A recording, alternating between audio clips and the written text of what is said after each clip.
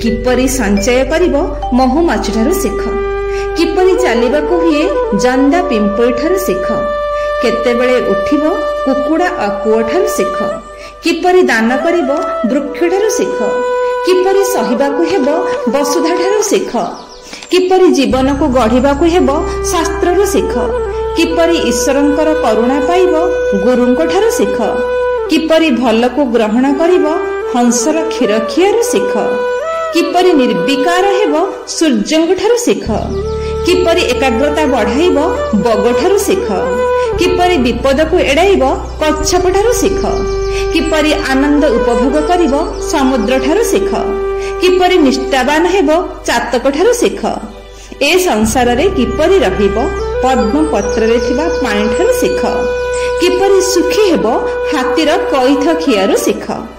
नई न देखण लंगड़ा हेबा उचित नुहे। कल्पना करी डरी जिबा बा आतंकित हेबा ठीक नुहे। भयर सम्मुखीन न हेबा पर्यंत धैर्यर सहित अपेक्षा करिबा उचित। हठात विपदर सम्मुखीन हेले हड़बड़ेई न जाई धैर्यर सहित तार मुकाबिला करिबा पई अंटा भिड़िबा दरकार। विलासी और धनी लोकर बंधु मित्र खोजिबा आवश्यक पड़े नहीं। धन थिबा जाई अनेक बंधु चारि पाखरे चक्कर काटंती। धन सरीगले केही पाखको आसंती नहीं। अन्य को दोष देवा आगरु निजको परीक्षा करिबा दरकार। समस्तंको निज सहित तुलना करिबा उचित। उद्योग कले दारिद्र्य रहे नहीं। जाप कले पाप रहे नहीं। मौन हेले कलह हुए नहीं।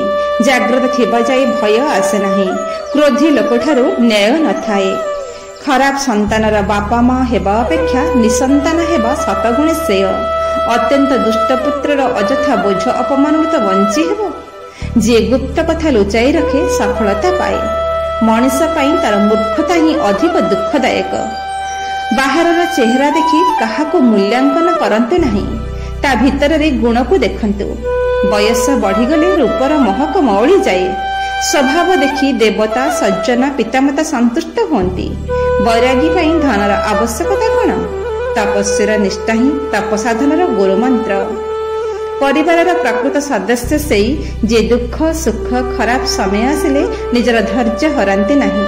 निष्ठार सहित परिवारर मंगल कामना करंती। जार संस्कार जेमिति तार आचरण सेमिति। अंगूर हाथ धरी खाई न पारुथिबारु श्रृगाल मतरे अंगूर खट्टा। भल कर्मर भल फल मंद कर्मर मंद फल अवश्य मिले। महुमाछी जाने से केबे संचय करुथिबा महु खाई परिबा नहीं। ता परिश्रमर फल को अन्य माने उपभोग करिवे। तथापि से ता कर्मरे अवहेला करे नहीं। परोपकार श्रेष्ठ कर्म। जे ईर्ष्याळु जे अन्यर काम को भंडूर करे। जे कूओ पोखरी बगीचा नष्ट करे से राक्षस समान। जाति धर्मर दही देई केही जन्म होई न थाए।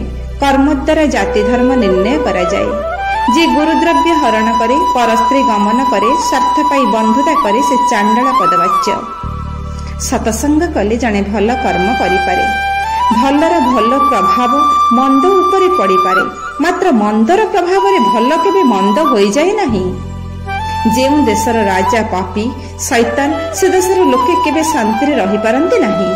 बुद्धि बिना ताकत बेकार। जहा पाखरे ताकत अच्छी मात्र बुद्धि नहीं से निज ठारो दुर्बल लोक पाखरे मध्यम पराजय वरण करिपारे। बिना गुणरे पुस्तक पढ़ी जेते ज्ञानी बोलाइले किछि मूल्य नहीं। पति बिना पत्नी गर्भवती हेले समाज कण ग्रहण करिपारे? मूर्ख चुगुलिया खुशमतिया अड़सुआ अभावग्रस्त विलासी देशासक्त निशासक्त चोर गुंडा ठक एमानक सहित बंधुता केबे भी करिबो नहीं। पानी रे प्रतिबिंब देखिबा भल नुहे। बिना निमंत्रण रे कहा घर को जीवा ठीक नुहे। बिना प्रश्न रे किछि कहिबा ठीक नुहे। हातर शोभा कंकण रे नुहे दान धर्म रे। जे निश्चित वस्तु अपेक्षा अनिश्चितता पछरे गोड़ाए से दुईटी जाक हराए। सर्वदा अन्यर मंगल कामना कर। स्वार्थ ठारू दूरे रुह। अन्यर जे मंगल करे भगवान तार कल्याण करंती। उद्यमी सर्वकार्य सिद्धि। उद्यम बिना कौनसी कार्य सिद्धि मिलवा संभवपर होई न थाए। उद्यमर अन्य नाम तपस्या त्याग।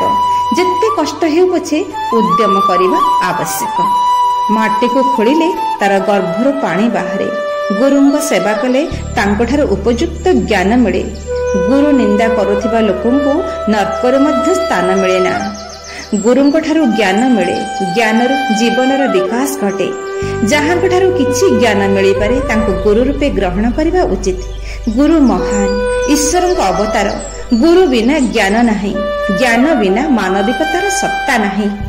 ଶରୀର ବଦଳି କରି ପ୍ରାଣୀ ସଂସାରକୁ ଆସିଥାଏ।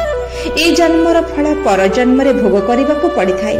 ପରଜନ୍ମରେ ସୁଖ ଶାନ୍ତି ପାଇଁ ଏ ଜନ୍ମରେ କଠିନ ପରିଶ୍ରମ କରି ଭଲ କାମ କରିବାକୁ ପଡ଼ିଥାଏ। କ୍ରମଶଃ ବୁନ୍ଦା ବୁନ୍ଦା ଜଳ ପଡ଼ିବା ଦ୍ୱାରା ଗରା ଭରିଯାଏ। ସେହି ପ୍ରକାରେ କ୍ରମଶଃ ବିଦ୍ୟା, ଧର୍ମ ଓ ଧନର ସ୍ୱଳ୍ପ ସ୍ୱଳ୍ପ ସଞ୍ଚୟ ଦ୍ୱାରା ମନୁଷ୍ୟ ବିଦ୍ୱାନ, ଧାର୍ମିକ ଏବଂ ଧନବାନ ହୋଇଯାଏ। ଉତ୍ତମ କାର୍ଯ୍ୟ କରି ଯଦି ମୁହୂର୍ତ୍ତ ମାତ୍ର ବଞ୍ଚ, ତେବେ ତାହା ଶ୍ରେଷ୍ଠ ଜୀବନ। ମାତ୍ର ଲୋକ ତଥା ପରୋପକାରରେ ଧର୍ମ ବିରୁଦ୍ଧ କର୍ମ କରି ଦୀର୍ଘଦିନ ବଞ୍ଚିବା ଶ୍ରେଷ୍ଠ ନୁହେଁ। ଦୁର୍ଜନ ଓ ସାପ ମଧ୍ୟରେ ସାପ ହିଁ ଶ୍ରେୟସ୍କର। ମୂର୍ଖର ହୃଦୟ ଶୂନ୍ୟ, ବିନା ଭାଇରେ ଦିଗ ଶୂନ୍ୟ, ବିନା ସନ୍ତାନରେ ଘର ଶୂନ୍ୟ। ଯେଉଁ ଧର୍ମରେ ଦୟା ନାହିଁ, ଯେଉଁ ଗୁରୁଙ୍କ ପାଖରେ ଜ୍ଞାନ ନାହିଁ, ଯେଉଁ ଭାଇ ପାଖରେ ଭଲ ପାଇବା ନାହିଁ, ଯେଉଁ ସ୍ତ୍ରୀକୁ ବିଶ୍ୱାସ କରିହୁଏ ନା, ସେମାନଙ୍କୁ ତ୍ୟାଗ କରିବା ଉଚିତ। ବାଘକୁ ସେ ପର୍ଯ୍ୟନ୍ତ ଡରିବା ଉଚିତ ଯେ ପର୍ଯ୍ୟନ୍ତ ସେ ସାମ୍ନାକୁ ନ ଆସିଛି। ସାମ୍ନାକୁ ଆସିବା ମାତ୍ରେ ତାର ମୁକାବିଲା କର। ଖାଇବା ସମୟରେ ଯିଏ କଥା କହେ ନାହିଁ ସେ ଦୀର୍ଘାୟୁ ହୋଇଥାଏ। ଯାହା ପାଖରେ ବିଦ୍ୟା, ଧନ, ତପ, ଦାନ, ଧର୍ମ ଏସବୁ ନଥାଏ ସେ ପଶୁଠାରୁ ହୀନ ହୋଇଥାଏ। ବିଦ୍ୟା ଚାହୁଁଥିଲେ ସୁଖ ଛାଡ଼, ସୁଖ ଚାହୁଁଥିଲେ ବିଦ୍ୟାକୁ ଛାଡ଼। ସୁଖ ଲାଳସାକାରୀ ବିଦ୍ୟା ହାସଲ କରାଯାଇପାରେ ନାହିଁ। ନିମକୁ ଖଣ୍ଡରେ ମୋହିଲେ କ୍ଷୀରରେ ଧୋଇଲେ ମିଠା ହୋଇଯାଏ ନାହିଁ। ଅତି ସରଳ, ସାଧାସିଧା ହୋଇ ଚଳିବା କଷ୍ଟକର। ଏମିତି ହେଲେ ସମସ୍ତେ ଦାଉ ସାଧି ପାରନ୍ତି, ସରଳତାର ସୁଯୋଗ ନେଇ ହଇରାଣ କରିପାରନ୍ତି। ଜଙ୍ଗଲକୁ ପଶି ଯେପରି ସମସ୍ତେ ସିଧା ସରଳ ଗଛ କାଟିବାକୁ ଭଲ ପାଆନ୍ତି, ମାତ୍ର ମୋଟା ବଙ୍କା ଗଛ ପାଖକୁ କେହି ଯାଆନ୍ତି ନାହିଁ, ଠିକ୍ ସେହିପରି ସମାଜରେ ସରଳ ମଣିଷକୁ ସମସ୍ତେ ହଇରାଣ ହରକତ କରିବାକୁ ଚାହାନ୍ତି। ଏଣୁ ଅତ୍ୟଧିକ ସରଳ ହେବା ଅପେକ୍ଷା ପରିସ୍ଥିତି ଦେଖି ଯେସାକୁ ତେସା ନୀତି ଅବଲମ୍ବନ କରିବା ଆବଶ୍ୟକ। ହଂସ କେବଳ ଯେଉଁଠି ପାଣି ମିଳେ ସେଇଠି ରହେ, ପାଣି ଶୁଖିଗଲେ ସ୍ଥାନ ବଦଳ କରିଥାଏ। ମଣିଷ ହଂସ ପରି ସ୍ୱାର୍ଥହାନି ଘଟିଲେ ସମ୍ପର୍କ ତୁଟାଇ ଦେବା ଉଚିତ ନୁହେଁ। ଧନ ଅର୍ଜନ ଧର୍ମ ପଥରେ କରିବା ଉଚିତ। ଅର୍ଜ ଧନକୁ ଖର୍ଚ୍ଚ କରିବା ଆଗରୁ ଥରେ ଚିନ୍ତା କରିବା ଦରକାର। ଭବିଷ୍ୟତ ପାଇଁ କିଛି ସଞ୍ଚୟ କରିବା ଉଚିତ। ଅଯଥାରେ ଖର୍ଚ୍ଚ କରିଦେଲେ ପରେ ପସ୍ତାଇବାକୁ ପଡ଼ିବ। ସୌନ୍ଦର୍ଯ୍ୟଠାରୁ ନମ୍ରତା ଅଧିକ ସୁନ୍ଦର। ଶକ୍ତିଶାଳୀ ଶତ୍ରୁଠାରୁ ଦୁର୍ବଳ ମିତ୍ର ଅଧିକ କ୍ଷତିକାରକ। ତପ, ଭଜନ, ପୂଜା, ଜ୍ଞାନ ଆହରଣ ସହିତ ଦାନ ଜୀବନକୁ ସମୃଦ୍ଧ କରିଥାଏ।